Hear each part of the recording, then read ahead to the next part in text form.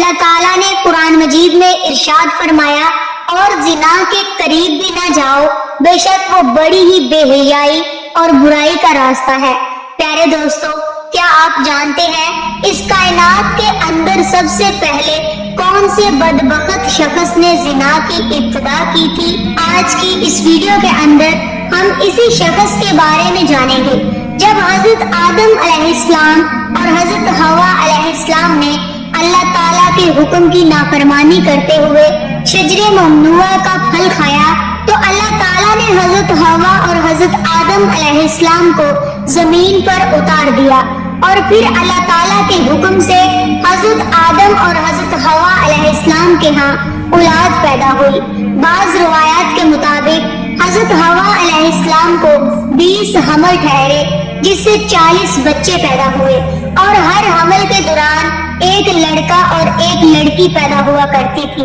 پیارے دوستو، یہ بات یاد رکھیں کہ اس وقت کی قوانین شریعت ہماری آج کی شریعت سے بالکل مختلف تھی۔ حضرت آدم علیہ السلام کے زمانے کے اندر ایک حمل سے پیدا ہونے والے لڑکے کی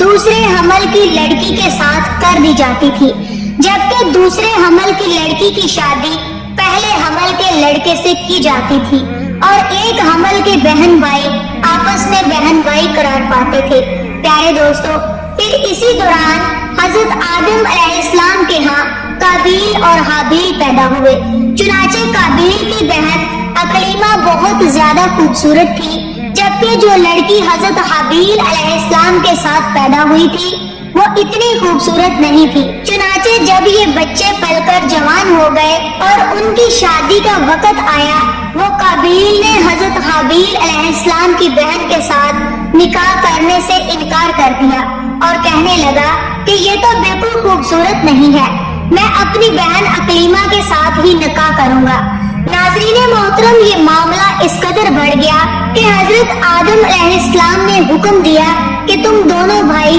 اللہ تعالیٰ کی بارگاہ کے اندر اپنی اپنی قربانی پیش کرو۔ چنانچہ جس کی قربانی اللہ تعالیٰ کی بارگاہ کے اندر قبول ہوگی تو وہی شخص اقلیمہ سے شادی کرے گا۔ پیارے دوستو، قابیل کھیتی باڑی کا کام کرتا تھا، جبکہ حضرت حابیل علیہ السلام بکریاں چرایا کرتے تھے، جو کہ ایک شفقت اور محبت والا کام ہے۔ چنانچہ حضرت حابیل علیہ السلام نے اللہ تعالیٰ کی بارگاہ کے اندر ایک خوبصورت بکری کا بچہ پیش کیا، جبکہ قابیل نے ایک رتی گھٹا اٹھا کر جو کہ اس کی کھیت سے نکلا تھا اس نے اللہ تعالیٰ کی بارگاہ کے اندر پیش کیا۔ چنانچہ اس زمانے کے رواج کے مطابق آسمان سے آگ اتری اور حضرت حابیل علیہ السلام کی قربانی کو نگل لیا، جس پر قابیل کہنے لگا کہ ضرور میرے باپ حضرت آدم علیہ السلام نے حابیل کے لیے دعا کی ہوگی، جس کی وجہ سے اس کی قربانی قبول ہوئی۔ ناظرین محترم، پھر اسی واقعہ کے بعد قابیل نے حضرت حابیل علیہ السلام کو مارنے کی دھمکی دی۔ روایات کے اندر آتا ہے کہ حضرت حابیل علیہ السلام قابیل سے زیادہ طاقتور تھے، لیکن آپ نے اللہ تعالیٰ کے خوف کی وجہ سے فرمایا کہ اگر تم مجھے قتل کرو گے تو میں تمہاری طرف تمہیں قتل کرنے کے لیے ہاتھ نہیں بڑھاؤں گا، میں چاہتا ہوں کہ قیامت کے دن تم میرے گناہ کے ساتھ آئے۔ چنانچہ ایک دن قابیل نے غصے میں آ کر حضرت حابیل علیہ السلام کے سر پر پتھر مارا، جس سے آپ کی موت واقع ہو گئی۔ چنانچہ حضرت حابیل علیہ السلام کو قتل کرنے کے بعد قابیل بہت پریشان ہوا اور حضرت حابیل علیہ السلام کی لاش کو اپنے کندھے پر اٹھائے کئی دن تک مارا مارا پھرتا رہا۔ اللہ تعالیٰ کے حکم سے 2 کوے آئے اور ان دونوں نے قابیل کے سامنے جھگڑا کیا۔ چنانچہ ایک کوے نے دوسرے کو مار دیا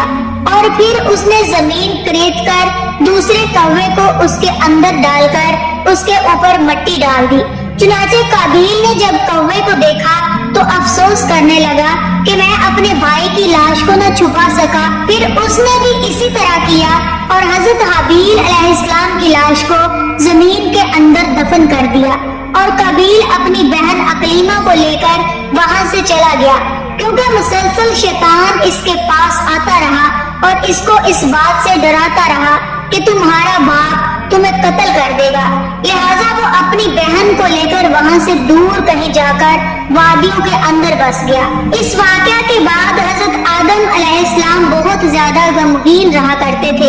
اور آپ اللہ تعالیٰ سے دعا کیا کرتے تھے کہ یا اللہ تعالیٰ مجھے وارث عطا فرما۔ چنانچہ اسی دوران آپ کو حضرت شیس علیہ السلام کی بشارت ملی۔ چنانچہ حضرت شیس علیہ السلام جیسے ہی پیدا ہوئے تو حضرت آدم علیہ السلام نے بچپن ہی سے ان کی تربیت پر خاص توجہ دی اور حضرت شیس علیہ السلام کو تمام معاملات سے آگاہ کیا۔ چنانچہ جب حضرت شیس علیہ السلام جوان ہوئے تو حضرت آدم علیہ السلام نے اپنے بعد ان کو مومنین کا خلیفہ مقرر کیا اور انہیں اس بات کا حکم دیا کہ وہ اپنے بھائی قابیل اور ان کی اولاد سے دور رہیں اور مومنین کی اس جماعت کو بھی اس سے دور رکھیں۔ چنانچہ پھر اس کے بعد حضرت آدم علیہ السلام کے وصال کا وقت قریب آیا تو حضرت آدم علیہ السلام یہی وصیت کرتے ہوئے اس دنیا سے چلے گئے۔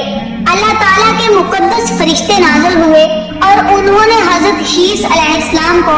حضرت آدم علیہ السلام کو دفن کرنے کا طریقہ بیان کیا۔ چنانچہ حضرت شیس علیہ السلام نے اسی طرح کیا۔ پھر اس کے کچھ عرصے کے بعد آپ کی والدہ حضرت حوا علیہ السلام کا بھی اس دنیا سے انتقال ہو گیا۔ اس واقعے کے بعد زنا کی ابتدا ہوئی۔ اس کے بارے میں بنی اسرائیل کی روایت کے اندر ہمیں یہ ملتا ہے کہ قابیل اور اس کی آل اولاد ایک وادی کے اندر رہا کرتے تھے۔ چنانچہ ایک دن شیطان ان کے پاس غلام کی صورت میں آیا اور ایک شخص کے ہاں اجرت پر کام کرنے لگا۔ چنانچہ تھوڑا عرصہ گزرنے کے بعد اچانک وہ شیطان عجیب و غریب کام کرنے لگا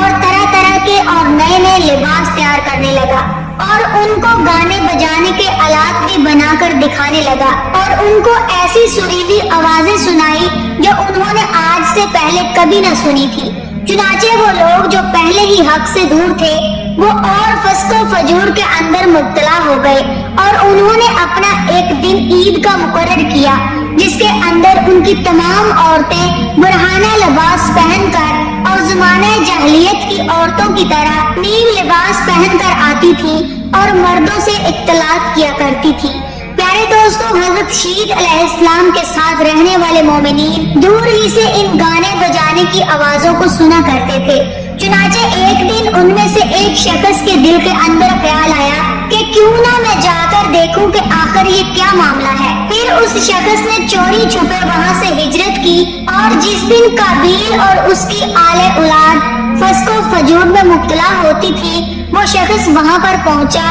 اور اس نے وہاں پر جا کر عورتوں کو دیکھا کہ وہ بہت زیادہ حسین و جمیل تھی۔ اس حوالے سے روایت کے اندر آتا ہے کہ حضرت شیس علیہ السلام اور ان کے ساتھ جو مومنین کی جماعت تھی ان کے مرد بہت زیادہ حسین و جمیل اور خوبصورت تھے اور ان کے ہاتھ جو عورتیں تھیں وہ اتنی زیادہ حسین و جمیل نہیں تھی، جبکہ قابیل کی اولاد کے اندر مرد انتہائی بدصورت تھے جبکہ ان کی عورتیں اور لڑکیاں بہت زیادہ حسین و جمیل تھیں۔ چنانچہ وہ نوجوان ان لڑکیوں کے حسن و جمال سے بہت زیادہ متاثر ہوا۔ پھر جب وہ شخص واپس آیا تو اس نے چوری چھپے دیگر مومنین کو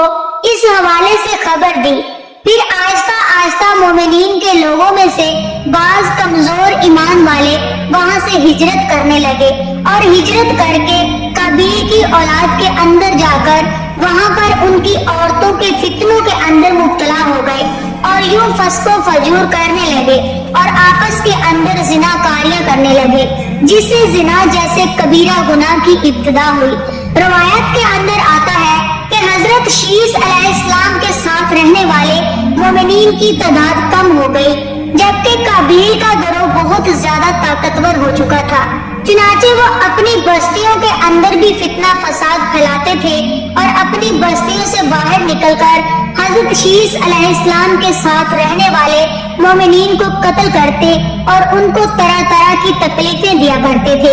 یہ تمام روایات بنی اسرائیل سے لی گئی ہیں جس کے بارے میں حضرت محمد صلی اللہ علیہ وآلہ وسلم نے ارشاد فرمایا کہ جب تم بنی اسرائیل کی روایات میں سے کوئی روایات سنو تو نہ اس کی تصدیق کرو اور نہ اس کی تکذیب کرو، بلکہ یہ کہو کہ جو کچھ اللہ تعالیٰ نے نازل کیا ہے ہم ایمان لائے۔ پیارے دوستو، اگر حقیقت حال پر غور کیا جائے، وہ زنا کی ابتدا اسی وقت ہو گئی تھی جب قابیل اپنی بہن اکلیمہ کو لے کر وہاں سے رخصت ہوا تھا اور اپنی بہن اکلیمہ کے ساتھ ناجائز رسم و رواج قائم کر کے اس نے اپنی آل اولاد پیدا کی تھی۔ اللہ تعالیٰ سے دعا ہے کہ اللہ تعالیٰ تمام مومنین کو زنا جیسی لعنت سے ہمیشہ ہمیشہ کے لیے دور رکھے، آمین یا رب العالمین۔